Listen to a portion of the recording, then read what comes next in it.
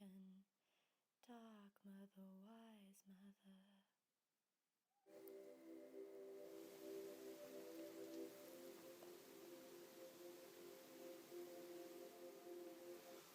Welcome to this video about the Morrigan. This video is something that is the beginning of probably quite a few videos, and it's something that in my mind and in my heart has been in the making for thousands of years, well, at least a couple of years. And the reason it didn't happen sooner is because I got a little bit epically carried away with how I wanted this video to look and how I wanted it to seem, to feel. I wanted it to be like this beautiful art experience, and I do truly hope that I can make that video one day fairly soon, actually, and I feel I will. So it would be something more beautiful and more emotive to watch. But the thing is, this dream of this epic video about the Morrigan that I wanted to make was getting so epic and Hollywood in style that it just wasn't happening. And so what I thought I would do is a very down to basics, stripped bare, me and my phone camera thingy video, and just a video on connecting with this goddess and my journey with her so far. So here it is. Again, it's the beginnings, and it may not be look at the facts or the myths in detail. In fact, I'm sure it won't be today. I will advise some lovely books you can read where you can read the myths and read more about the Morrigan, but also I'll maybe do it in other videos. It doesn't feel that it's the point of this video. This video feels to be more about the connection and the call of the Morrigan, and to those who feel her call or hear her call, and to maybe show those who have heard of her but not really, or like maybe been scared of her, or not quite got the grasp of what she truly can be. I look over there because my altar's over there, so I'm just keeping looking over. Hopefully I'll include some video clips and photos of the altar here as well in this video. So, the Morrigan. Where do I start? This has been a pretty, I think about 11-year relationship with this deity. I recall very clearly a Beltane festival in 2003, and the meditation, the path working and the celebrations were nothing at all to do with the Morrigan. They were to do with Caninos, and they were to do with Beltane, and yeah, there was a path working to meet Caninos in the woods. I remember that very clearly. So in that familiar time in a meditation where, a path working where you'll visualise this mist filling your vision, instead of the mist clearing, I saw her. And I'm not going to explain all of what I saw because it's personal and you'll have your own experience. I don't want it to affect how you might see things, or, you know, but it was quite intense, and it was quite beautiful, and it was very memorable. I say beautiful not in a there was flowers and roses way. There were spears, you know, but it was beautiful as in how powerful that was for me at that time, and how I recall it still, and how, you know, this is maybe reflected how other people have told me their connection has been. So she came to me then, and as I say lightly, she kind of kidnapped me, and that was the journey, that was the roller coaster at the beginning. Most people I speak to, and the general consensus is, not always, I don't want to say this isn't always, but it generally is speaking, that she will choose you and she will call to you very strongly. I don't think many people go, I'm going to go and find this connection with her. That she finds you. That's how I seem it to be, and how I've heard it to be. Though I never want to tell anyone how it is and how it isn't, because everyone's journey is personal. I don't want to put restrictions on you. But yeah, she called very strongly, and that was 11 years ago. And I started my journey, and I couldn't find that much literature about her. There was a couple of books about, and I did most of my finding, as I do now, to be honest, through meditation, through journeying, through ritual. Years passed with her in my life, and my altar to her and the journey, but it was last year, 2013, where maybe she found I was ready, or maybe I found I was ready to take this one step further. And since then, it's been a beautifully intense ride with the Morrigan. intense and magical and transformative. That's the words I would definitely use, transformative. Nothing's the same after she touches you, and be prepared for that. And if you want to, do you want to be in that realm, in that journey? So since early 2013, where events happened again that I'm probably not going to mention just because it's magical stuff, and yeah.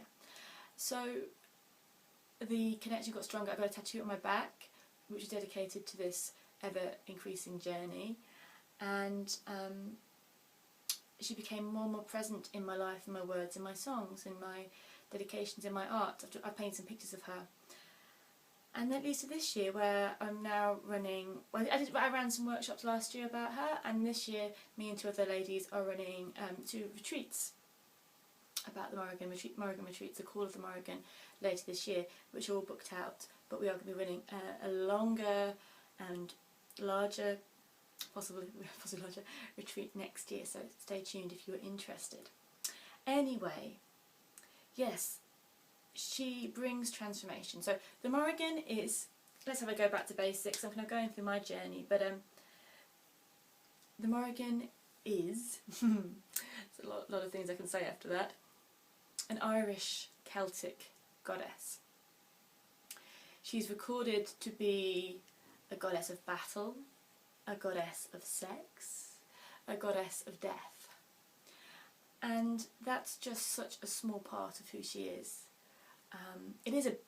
It's not small, but it's a big part of who she is, but it's not all that she is. There's a whole wealth of other, all-encompassing energies which are her. But because when the tales, the myths were written, and I mean written because a lot of pre-Christian spirituality wasn't recorded in words, it was often an oral tradition. So it's only when Christianity came and Romans came and they wrote things down, and so what you're getting in the myths is a diluted version of things, and maybe a version of things which aren't quite as female empowered and all-encompassing as they could be, or as they indeed were. And these strong, exceptionally powerful female characters were hard for maybe a monk or a person at that time to comprehend or to accept as part of the, how can you be a goddess of sex, of death, of life, of battle, but also be good for someone, be something that's about your life, about your soul, about your journey and rebirth. So the way things are recorded are a little bit special sometimes, but we can follow in our heart and do as much research as we can and go to the lands where she is revered, in Ireland and I think parts of Britain too, but you can go to the places where she is prevalent and feel what you feel.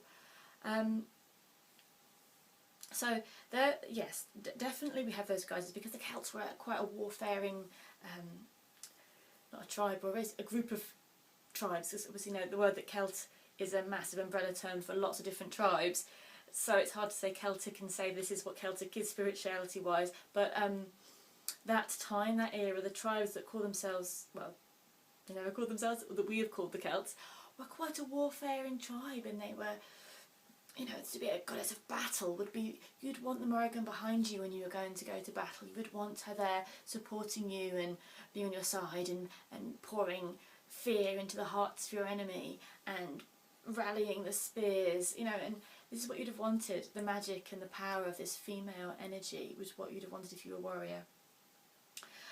Because the energy of sex with her is used in strange ways. It's recorded in the tales, but with the Celtic god, the Dagda, the good god, she mates with him over at the river to bring good luck, fertility. There is sex there mentioned with her quite a bit, so she's become a goddess of sex. Sex is an energy of fertility, of birth, of rebirth, of death, of passion, of love, of a connection to the land, of motherhood. So you can say sex, yeah, like it's like we're looking at page 3 of a Sun newspaper, but it's not that. It's something much more, and the potent power of sexuality as well.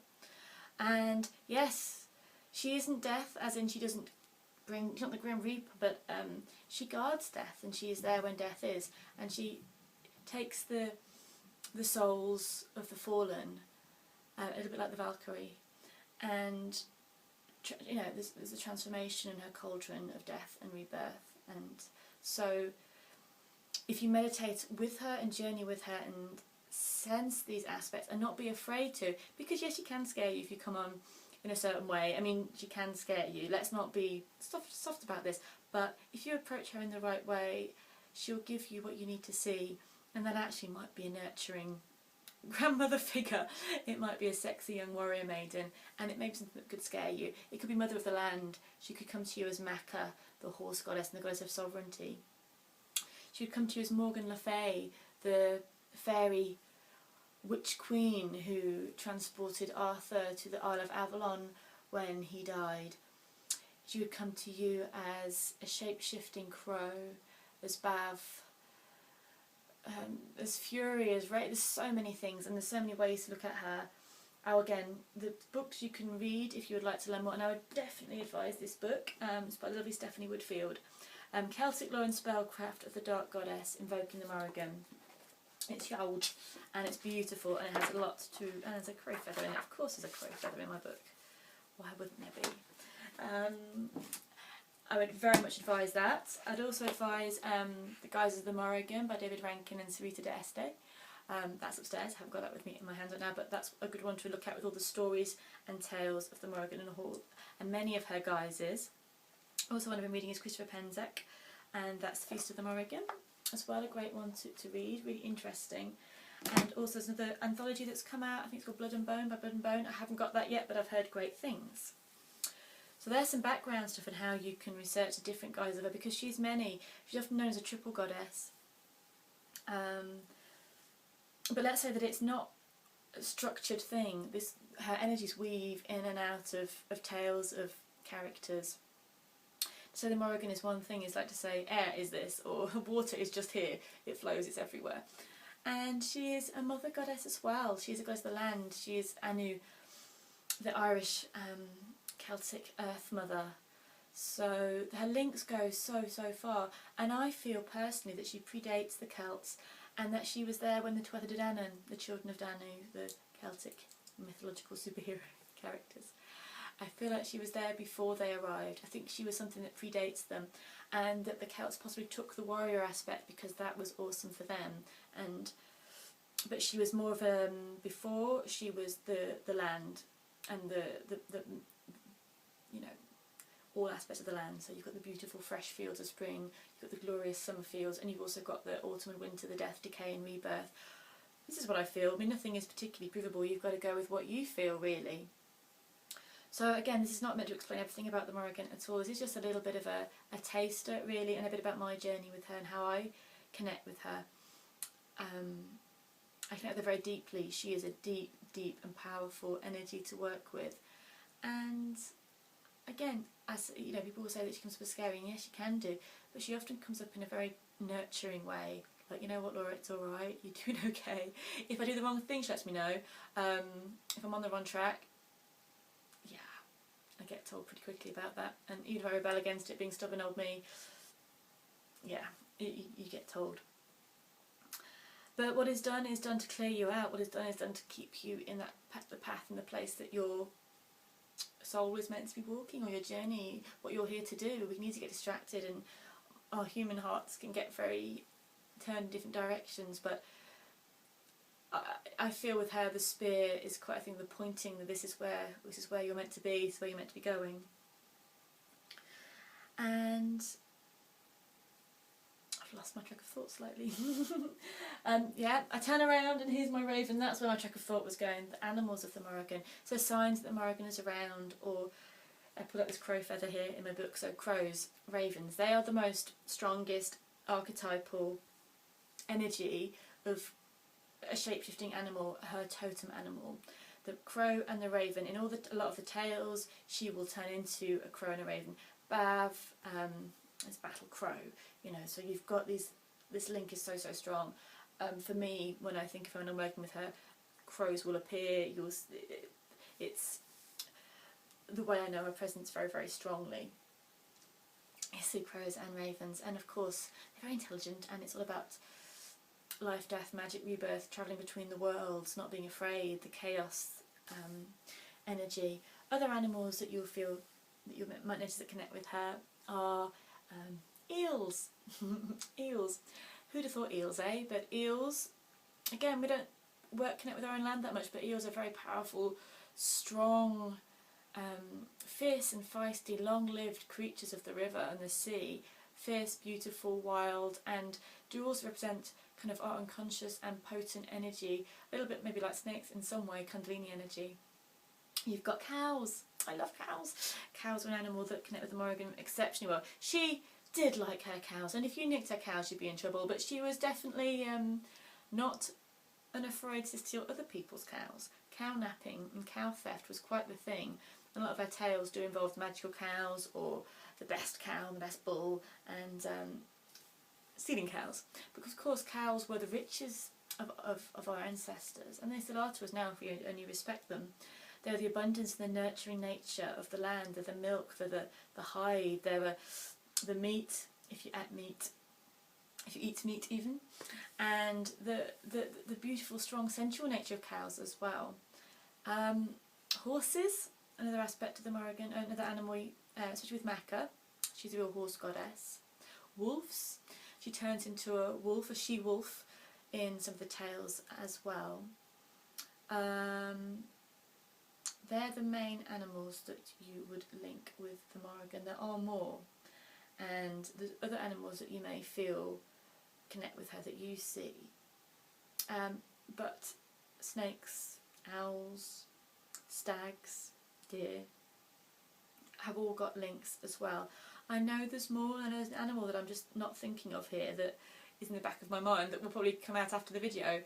But there are the animals that we think of and that we often connect with them: the crow, raven, horse, cow, and wolf, and eel. But there are more, and I think trust your own judgment with this as well. You know, trust what you feel that comes through with her when you see her. I see her come through in the most unlikely animals sometimes to me. She may come through as an elemental force of water or of the earth, as an old, magical, wise crone, or a young, sexy lady. So these are some of the things I want to touch on. I am aware that the more I talk, the more I'm kind of knowing that there's going to be lots more videos on this, and lots of videos with more details in different areas. It was just a first introduction opening to be aware that the Morrigan is not just what you sometimes hear, and even though she's to be respected, and even though her energy is immense and powerful, if you approach her with the right way, then it's not fear, it's a fierce beauty and a wild truth, and a deep understanding and connection of the magic of the land is what you will understand and gain from working with her. So she doesn't take fools lightly, but she will take the nick out of you sometimes. They do like to laugh, the gods. And yeah, go with her. If you're interested in the Morrigan, or you feel she is called to you, do get in contact. I've got a blog that I run with two wonderful ladies I mentioned before. It's the callofthemorrigan.blogspot.com.uk. The link will be down there. I'm really rubbish with links, but do check out the blog. We do accept commissions. That's not the right word, but you know, if you want to send your work in. My head's just gone into the land of not understanding basic English now. If you'd like to send your work in to us, maybe you've got a poem you've written, a song, some art about the Morrigan, we'd love to see it, and we put it up every Friday, the Call of the Morrigan blog, and it's a lovely network of people who are really passionate about the Morrigan, who are just a little bit interested in the Morrigan. Do check it out. So if you have any questions, do let me know. I'm sure you do. I know I do. And there'll be more videos about the Morrigan. I do apologise it isn't as beautiful as I'd hoped it would be, but I hope it's given you something to think about, to ponder on and to meditate on. And I will probably do a video as well about connecting with the Morrigan involving a meditation also. Thank you so much for watching. I really hope that made sense. I'm aware that I kind of went into my own world about talking about the Morrigan then. So I really hope that was made sense and you enjoyed it and got something from it. And I'll see you all very soon. Thank you for watching. Bye.